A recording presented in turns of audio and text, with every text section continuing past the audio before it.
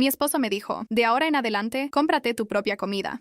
Deja de vivir a mi costa. Yo solo asentí. El día de su cumpleaños, llegaron 20 familiares esperando una cena familiar perfecta. Él sonreía como rey en la mesa. Entonces abrí la puerta de la cocina y le di exactamente lo que había pedido. Todo el salón se quedó en silencio. La cocina estaba impecable. Ese es el detalle del que nadie habla. Cuando 20 personas entran a un cuarto esperando un banquete y en cambio encuentran una estufa fría, las barras vacías y una olla vacía sobre la repisa, lo primero que los golpea no es la ausencia de comida, es la limpieza, el azulejo tallado a fondo, los trapos de cocina doblados, la ausencia completa, deliberada, quirúrgica de esfuerzo. Parece un castigo, porque lo es. Mi suegra Patricia se quedó parada en la puerta de mi cocina la noche del 44º cumpleaños de David, con su abrigo camel todavía abotonado, sus aretes de oro atrapando la luz del techo, y vi cómo el color se le iba del rostro de la misma forma en que se vacía una tina, despacio, y después de golpe, se volteó a verme. Sonreí, y pensé, esto es lo más honesto que he hecho en 12 años. Déjame retroceder, porque no vas a entender la cocina si no entiendes el matrimonio, y no vas a entender el matrimonio a menos que te cuente sobre la mañana en que David cortó su manzana. Era martes, principios de octubre. Emma ya estaba en el colegio, y yo tenía las manos alrededor de una taza de café que se había enfriado mientras le preparaba el almuerzo. David estaba en la isla de la cocina con su camisa de trabajo, moviéndose por su rutina matutina, de la misma forma en que se movía por todo, concentrado, eficiente, completamente ajeno a lo que le costaba el cuarto que lo rodeaba. Lo dijo sin levantar la vista. De ahora en adelante, cómprate tu propia comida. Deja de vivir a mi costa. Recuerdo el sonido preciso del cuchillo golpeando la tabla después de cada corte. Clac, clac, clac. Recuerdo mirar la parte de atrás de su cabeza y pensar, en cualquier momento va a levantar la vista, va a voltear y reírse y decir que es broma. Acomodó las rebanadas de manzana en una fila perfecta sobre un plato. Tomó su portafolio. Salió por la puerta. Me quedé ahí sentada hasta que mi café se enfrió por completo, y después me quedé un rato más. Vivir a su costa. Quiero que sostengas esa frase un momento, como yo la he sostenido durante 12 años, sin saber que tenía nombre. David Whitmore era gerente de proyectos en una empresa regional de ingeniería y ganaba $94,000 al año. Era bueno en su trabajo, organizado, persuasivo, capaz de dominar una sala de juntas como un director dirige una orquesta. Yo lo había hecho así. No el talento, eso era suyo, pero la infraestructura, los cimientos sobre los que se construye una vida. Yo había dejado mi puesto en Harlow & Reed, una firma de diseño de interiores pequeña pero respetada donde iba camino a Socia Junior. Cuando nació Emma, David y yo lo habíamos hablado, habíamos acordado. Uno de los dos debía quedarse en casa. Su ingreso era mayor, las cuentas cuadraban, yo entendía las cuentas. Lo que no entendí, de la misma forma en que no notas una fuga lenta hasta que se cae el techo, fue que las cuentas cuadraban algún día se convertiría en deja de vivir a mi costa. Durante 11 años y 9 meses, yo había sido la persona que llevaba a Emma al colegio, al pediatra, a los entrenamientos de fútbol, a las fiestas de cumpleaños, a las citas del ortodoncista, preparaba cada comida en nuestra casa, 365 días al año, salvo las noches en que David llamaba a las 6:47 de la tarde para avisar que iba a cenar con colegas. Administraba el presupuesto del hogar con los $1,800 mensuales que David depositaba en la cuenta conjunta, una cifra que no había aumentado en 4 años a pesar de 2 rondas de inflación. Planeaba y ejecutaba cada reunión festiva, cena de cumpleaños, parrillada de verano y día de acción de gracias que llevara el apellido Whitmore. Mantenía el calendario social, las tarjetas navideñas, los mensajes de cumpleaños a su mamá y sus hermanos y sus tías. Mantenía la casa limpia, el auto en servicio, las canaletas destapadas, los registros dentales organizados. Y de alguna manera, me había convertido en una mujer que vivía a costa de alguien. No lloré esa mañana. Eso me sorprendió. Esperaba que el duelo llegara como una ola, como siempre había llegado en los momentos difíciles de nuestro matrimonio. El aborto espontáneo, el año que olvidó nuestro aniversario, la Navidad en que Patricia dijo que mi relleno estaba un poco seco pero comestible. Había llorado por todo eso. Yo era una persona que lloraba, pero esa mañana no. Esa mañana manejé hasta una sucursal de Chase en la calle Maple y abrí una cuenta solo a mi nombre. Se llamaba Donna. La mujer que me atendió, 50 y tantos, moño plateado ordenado, lentes de lectura colgando de una cadenita con cuentas. Tenía la calidez profesional y tranquila de alguien que se ha sentado frente a 1000 mujeres en distintas etapas de sus vidas y ha aprendido a no hacer preguntas innecesarias. ¿Solo cuenta de cheques por hoy?, dijo. Cheques y ahorros, dije, y me gustaría entender cuál es la transferencia máxima que puedo hacer al día sin que se active ninguna alerta. Me miró por encima de sus lentes, no sin amabilidad. Hasta $9,999 al día, dijo. Arriba de eso, estamos obligados a presentar un reporte. Por debajo, es solo una transferencia. Gracias, dije. Abrí la cuenta con $4,200. La herencia de mi abuela, la parte que David no sabía que existía, que había guardado en silencio en una cuenta de PayPal desde antes de casarnos, porque mi abuela, que en paz descanse, me dijo la noche antes de mi mi boda. Guarda algo, siempre guarda algo. Con los años lo había ido aumentando poco a poco. Dinero de cumpleaños de mis propios padres. Dinero del mandado que había estirado comprando la marca genérica de pasta y el pollo en oferta y las verduras que ya no estaban en su mejor momento. 200 aquí, 80 allá. La cuenta había crecido como crece el musgo, tan despacio que no lo notas hasta que de repente hay una pared cubierta de verde. Tenía $4,200. Después tenía una cuenta de banco. Después fui al supermercado. Pan, huevos, pasta, los muslos de pollo buenos, manzanas, de las de comer, no de las decorativas que David gustaba de tener en el frutero, yogurt griego para Emma, las galletas Goldfish que le gustaban, jugo de naranja, una bolsa de café que no tenía que compartir, suficiente para 2 personas. De vuelta en casa, instalé un pequeño gabinete en la esquina de la despensa, 15 centímetros de fondo, 45 de ancho. Lo encontré en una tienda de organización y lo pinté del mismo blanco hueso que las paredes de la despensa. Tenía un pequeño broche para candado y pasé una delgada cadena de plata por el candado y me la colgué al cuello. Estaba en la despensa cerrando el gabinete cuando David llegó esa noche. Se detuvo en la puerta. ¿Qué es eso? Me volteé. Mi mandado. Miró la cadena en mi garganta. Algo cruzó su rostro que reconocí. La misma expresión que ponía cuando un contratista le daba un número más alto de lo que esperaba. No exactamente enojo. El paso previo al enojo. Recalculando. No dijo nada. Pidió comida tailandesa por la aplicación de su teléfono. Se la comió parado en la barra de la cocina leyendo correos y se fue a dormir sin decir una palabra más. Le hice a Emma pasta con mantequilla y parmesano y me senté con ella mientras me contaba sobre la rana que iban a diseccionar en su clase de ciencias. Ella estaba emocionada por la rana. Yo estaba agradecida por la rana. Ese fue el día 1. Quiero ser honesta sobre las 3 semanas que siguieron, porque no fueron triunfales. Fueron extrañas y lentas y a veces solitarias de una manera que se sentía casi geológica, vieja, pesada, comprimida desde hace mucho tiempo. David se movía por nuestra casa como alguien que se hospeda en un Airbnb. Compraba cereal y barras de proteína y las comía parado en la barra con la eficiencia hueca de alguien que se recarga en lugar de cenar. Pedía comida a domicilio 4 noches por semana. Las otras noches comía de un reparto rotativo de comidas de microondas que guardaba en el estante de arriba del refrigerador, entre mis huevos y el jugo de naranja de Emma. Pensó que yo cedería. Sabía que lo pensaba porque conocía cómo pensaba David. Operaba bajo la creencia de que la incomodidad era una herramienta de negociación, que si hacías algo lo bastante incómodo, la otra persona lo arreglaba. Así había manejado la llave que goteaba y sobre la que discutimos durante 6 meses. Así había manejado las clases de violín de Emma cuando le parecieron demasiado caras. Él no peleaba, esperaba. Volvía insostenible la situación actual y dejaba que el tiempo argumentara por él. Había hecho esto en una casa donde yo era la infraestructura. Se había equivocado en sus cálculos. Emma se dio cuenta, claro. Tenía 11 años. No era una planta. Al 5.º día me preguntó, muy bajito, mientras yo le trenzaba el cabello para ir al colegio, si su papá y yo estábamos peleados. Estamos resolviendo unas cosas. Dije. Se quedó callada un momento. ¿Es por lo de la comida? Dijo. Dejé de trenzar. ¿Qué cosa de la comida? Le dijo a la abuela Patricia que estabas haciendo algo raro con la comida. Dijo. Lo escuché por teléfono. Claro que sí. La relación de David con su madre era del tipo que los antropólogos estudian en tesis. Patricia Whitmore, de soltera Hargrove, llevaba gestionando la narrativa de su hijo desde 1980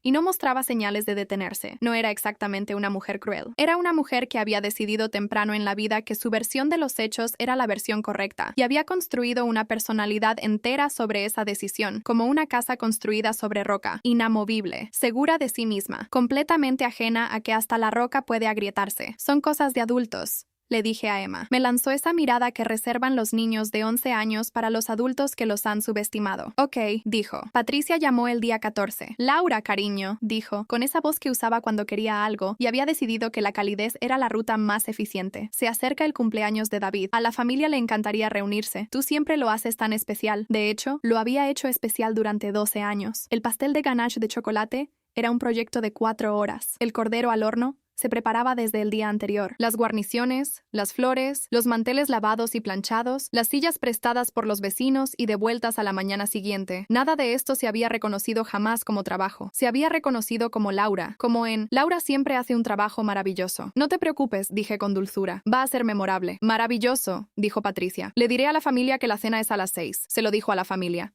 Se lo dijo a Tom y a su esposa René. Se lo dijo a Mike y a su esposa Christine. Se lo dijo a la prima de David, la callada Jenny, la que siempre llegaba sola y se sentaba cerca de la cocina. Se lo dijo a las tías y los tíos y a los adolescentes varios, los que jugaban en sus teléfonos durante la sopa y desaparecían después del postre. Le dijo a 20 personas que la cena era a las 6. No les dijo lo que había en mi cocina. Quiero describir la mañana del cumpleaños de David con precisión, porque la precisión es la única forma de honrar cuánto había pensado esto. Me desperté a las 6:15 y le preparé el desayuno a Emma. Huevos revueltos, pan tostado integral, lo último de la mermelada de fresa buena. Emma tenía medio día de clases por junta de maestros, así que llegaría a casa como al mediodía. Ya había arreglado que pasara la tarde en casa de su amiga Zoe. No quería a Emma en la casa esa noche. No por miedo, porque esta no era una historia que quisiera que presenciara a los 11 años, y tampoco estaba del todo segura de que fuera a ser digna, y quería demasiado a mi hija como para dejarla ver a cualquiera de los dos empequeñecerse. David bajó a las 7:30 de buen humor. Humor de cumpleaños. Se sirvió café de la cafetera que yo había preparado. Había notado que ya no compraba su propio café, y usaba el mío sin reconocerlo. Y revisó su teléfono con el aire satisfecho de un hombre cuya fecha especial se acercaba. Gran día, dijo, a nadie en particular. Sonreí desde la mesa donde estaba leyendo. Se fue a trabajar a las 8:15. Pasé la mañana limpiando, no decorando, limpiando de verdad, los zócalos, la lechada entre los azulejos de la cocina, el interior del horno. Para cuando terminé, esa cocina era el cuarto más impecable del condado. No quería que hubiera ninguna duda de que lo que iban a encontrar no era descuido, no era desorden, no era caos. Iba a ser una decisión, y quería que se viera como tal. A las 4 de la tarde le preparé a Emma un plato de verduras cortadas con hummus para el camino. La dejé en casa de Zoe con su bolsa para pasar la noche, la abracé un poco más de lo normal y manejé de regreso a casa. A las 5:15 me bañé. Me puse el vestido azul, no el que a David le gustaba, el que a mí me gustaba, el que mi amiga Carla decía que me hacía ver como una mujer que había tomado una decisión y estaba en paz con ella. A las 5:52 escuché el primer auto en la entrada. Entraron de la forma en que siempre entraban, los hombres con las manos en los bolsillos, las mujeres actuando esa alegría ligeramente apurada de gente que había manejado 45 minutos y fingía que no. Patricia primero, como siempre, buscando con la mirada los arreglos florales en el recibidor, su abrigo camel todavía abotonado contra el aire de octubre, Tom y Mike detrás de ella, ya hablando de un partido, sus esposas, Renee y Christine, con esa energía vagamente disculpándose de mujeres que nunca supieron bien qué hacer conmigo y se habían conformado con la actuación cortés como solución, las tías, los tíos, los adolescentes con sus teléfonos, David en el centro de todo, recibiendo abrazos de cumpleaños con la ligereza magnánima de un hombre que jamás había considerado lo que costaba construir una reunión así. Laura, se ve hermoso aquí, dijo Christine, lo cual significaba que la casa estaba limpia, lo cual siempre estaba, pero que ella notó esa noche porque presentía que algo era distinto sin poder decir qué. Gracias, dije. Algo huele delicioso, dijo Renee, la esposa de Tom, levantando la cabeza y olfateando. No había nada cocinándose. Lo que ella olía era el jabón de limón que había usado en las barras. Vamos a servirle a todos algo de tomar, dije. Tenía vino, tenía agua mineral, tenía el pastel de cumpleaños que le había dicho a Patricia, que no se preocupara por mi pastel, del gabinete cerrado, uno sencillo de una capa de chocolate que había hecho para David, Emma y yo, para comer después, los tres, en cualquier versión de nuestra familia que sobreviviera las siguientes 2 horas. No lo saqué. Estaba en el gabinete, con la llave contra mi clavícula. Sirvieron bebidas, hicieron brindis. David reinaba en la sala, aceptando los buenos deseos con la confianza despreocupada de un hombre cuya vida doméstica le era por completo invisible. A las 6:22, Patricia se volteó hacia mí con la sonrisa de una mujer ejerciendo autoridad paciente. Laura, cariño, ¿dónde está la comida? En la cocina, dije amablemente. Sírvanse. Se movieron de la forma en que siempre se movían, por costumbre, por memoria muscular, por 12 años de saber que la cocina era el destino y que todo estaría listo. David fue el último, todavía viendo algo en su teléfono. Un mensaje de cumpleaños, seguro. Su amigo de la universidad, Marcus, siempre mandaba uno largo. Me quedé en la puerta. La plática se detuvo como se detiene un disco rayado. No un desvanecimiento, un frenazo seco. Patricia se quedó parada frente al refrigerador abierto. 6 huevos, un manojo de zanahorias, mantequilla, los restos de la sopa que había hecho para Emma y para mí 3 días antes, un frasco de mostaza Dijon. La estufa estaba fría. Las barras estaban vacías. Mi gabinete descansaba en la esquina de la despensa, el candado bien puesto, la cadena visible en mi clavícula.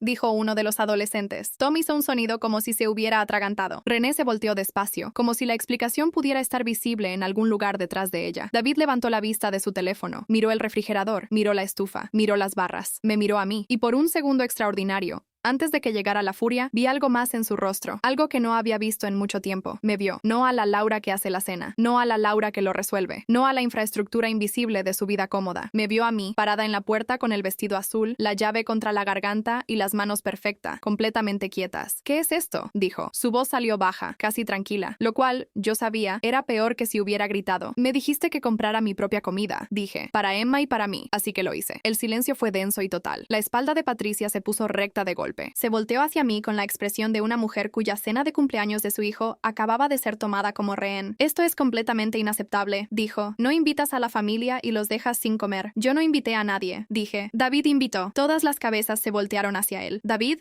por primera vez en nuestra vida de casados, no tenía a dónde ir. Le había prometido a 20 personas una cena que yo ya no iba a dar. Les había dicho que vinieran. Se había parado en la sala recibiendo sus felicitaciones. Había construido la expectativa de un banquete sobre unos cimientos que él mismo había destruido 3 semanas antes, con 8 palabras junto a la isla de la cocina, y ahora estaba parado sobre los escombros de su propia construcción, sin nadie más a quien culpar que a los planos. Mike, Dios lo bendiga, Mike siempre era el que calmaba las cosas, el que llevaba un six-pack hasta a los funerales solo para tener algo que hacer con las manos, dio un paso al frente. Bueno, ok, no es lo ideal. Pedimos unas pizzas, no hay problema. No, dije. Se detuvo. Ya no voy a arreglar esto, dije. El silencio que siguió fue del tipo que cuesta algo. No un silencio cómodo, no un silencio cortés. El tipo en el que todos en el cuarto están calculando en privado qué están dispuestos a decir en voz alta. Miré alrededor de la cocina. A René y Christine, que se habían sentado en esta mesa cada fiesta durante una década y habían comido comida que aparecía como de la nada. A Tom y Mike, que apilaban sus platos y desaparecían a la sala mientras yo lavaba los trastes. A Patricia, que había criticado mi gravy y mis centros de mesa y una vez, memorablemente, me dijo que el corte de pelo de Emma la hacía ver un poco tosca. A los adolescentes viendo sus teléfonos en la puerta, ya aburridos del drama. A David. Durante años, dije, cociné,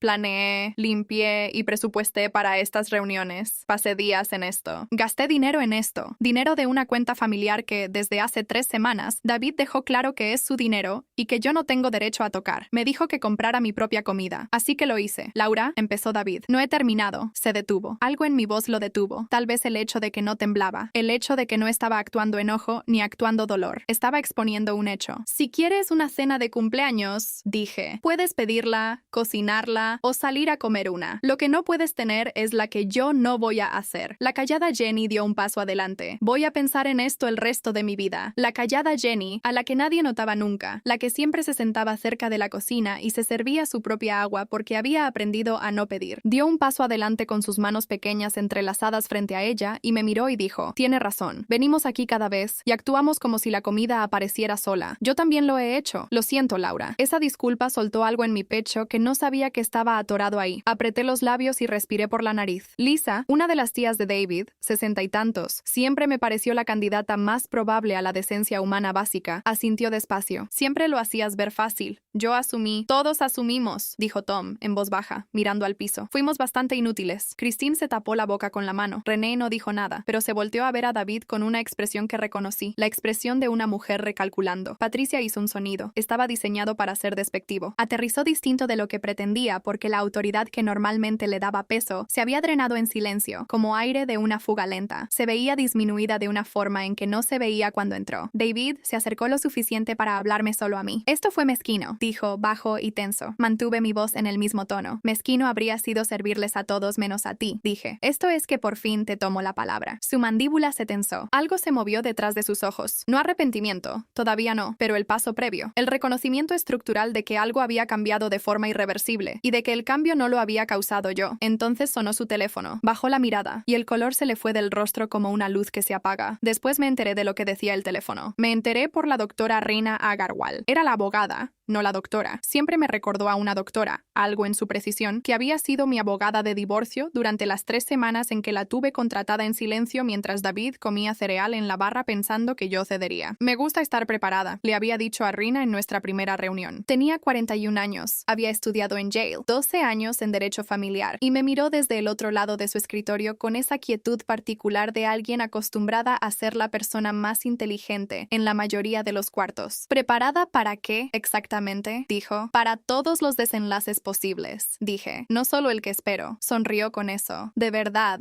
sonrió. Lo que David recibió en su teléfono a las 6:38 de la tarde la noche de su cumpleaños fue una notificación de nuestra cuenta bancaria conjunta, específicamente la notificación que Rina me había aconsejado configurar 6 días antes, que me alertaría, y en este caso también a él, porque Rina me había explicado cómo agregar un contacto autorizado que pudiera ver las alertas de transacciones cada vez que se hiciera un retiro mayor a $500. El retiro que había hecho esa mañana fue de $3,400 en efectivo, de una cuenta conjunta que me había dicho que no tocara. Hacía, como establecimos después por medio del proceso de descubrimiento y el trabajo del contador forense Marcus Webb, 44 años, contador público certificado, 14 años en investigaciones financieras, profundamente indiferente ante los hombres que creen que las hojas de cálculo son privadas, una cuenta secundaria abierta desde hacía 19 meses. Marcus Webb encontró 18 meses de transferencias, encontró un contrato de renta firmado por David Whitmore y una cofirmante identificada en los documentos como K. Forsyth, encontró recibos de restaurantes y cargos de hotel y el pago mensual de una membresía de gimnasio en un código postal a 20 minutos de nuestra casa, en un edificio que Emma y yo nunca habíamos visitado. Encontró, en resumen, exactamente lo que estás pensando que encontró. La doctora Agarwal, abogada, no médica, tenía que recordármelo constantemente. Me lo presentó una tarde de miércoles en su oficina, con la eficiencia limpia de alguien que ya había hecho esto antes y entendía que la versión más amable de esta conversación era también la más clara. Es considerable, dijo. ¿Desde cuándo? Pregunté. Un estimado conservador, 14 meses, posiblemente más. Me quedé con eso un momento. 14 meses. Emma había tenido 10 años. Yo había estado preparando muslos de pollo y empacando almuerzos y asistiendo a la fiesta navideña de la empresa de David con el vestido rojo que él había elegido,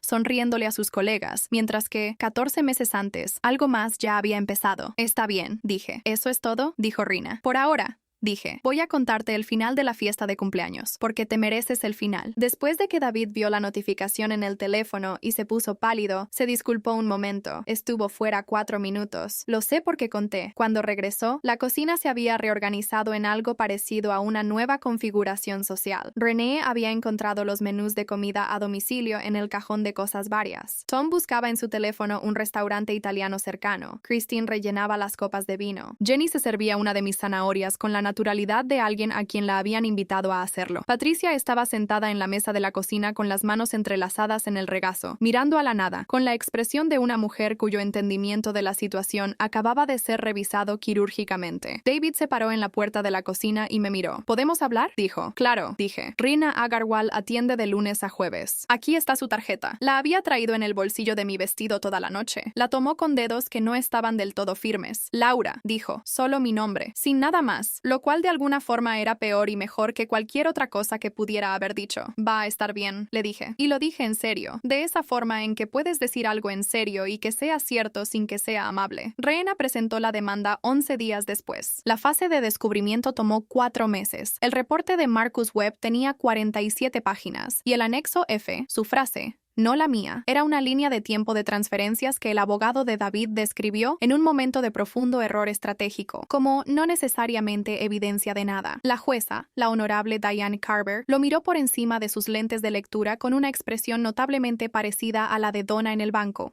Y dijo, abogado, es una hoja de cálculo. El abogado de David no volvió a hacer ese argumento. El acuerdo se finalizó 7 meses después de la fiesta de cumpleaños. La casa fue mía, de Emma. En realidad, en el sentido que importa. Volví a Harlow and Reed, que me recibió de vuelta con el entusiasmo de gente que no había logrado reemplazar lo que yo aportaba y que había pasado 3 años dándose cuenta de eso. Mi antigua supervisora, Janet Briggs, tuvo la gentileza particular de fingir que no era un favor y presentarlo como beneficio mutuo. Fue ambas cosas. Patricia me mandó una tarjeta de verdad, del papel grueso. Decía, te subestimé, lo siento. Espero que Emma sepa que tiene una abuela que la quiere sin importar todo lo demás. Pensé que probablemente era lo más difícil que había escrito jamás. La guardo porque creo que así fue. Jenny vino a ayudarme a mover cajas el día que reacomodé los muebles. Trajo buen café y un podcast de crímenes que pensó que me gustaría, y no me preguntó ni una sola vez cómo estaba de esa forma, en que significa que necesita que actúes tu propia recuperación para su beneficio. He aprendido a reconocer a las personas que te dejan estar donde estás. El gabinete todavía está en la esquina de la despensa. Emma lo usa para sus colores buenos y los materiales de arte que no quiere prestarle a sus amigas. Me quité la llave de la cadena el día que se firmó el acuerdo.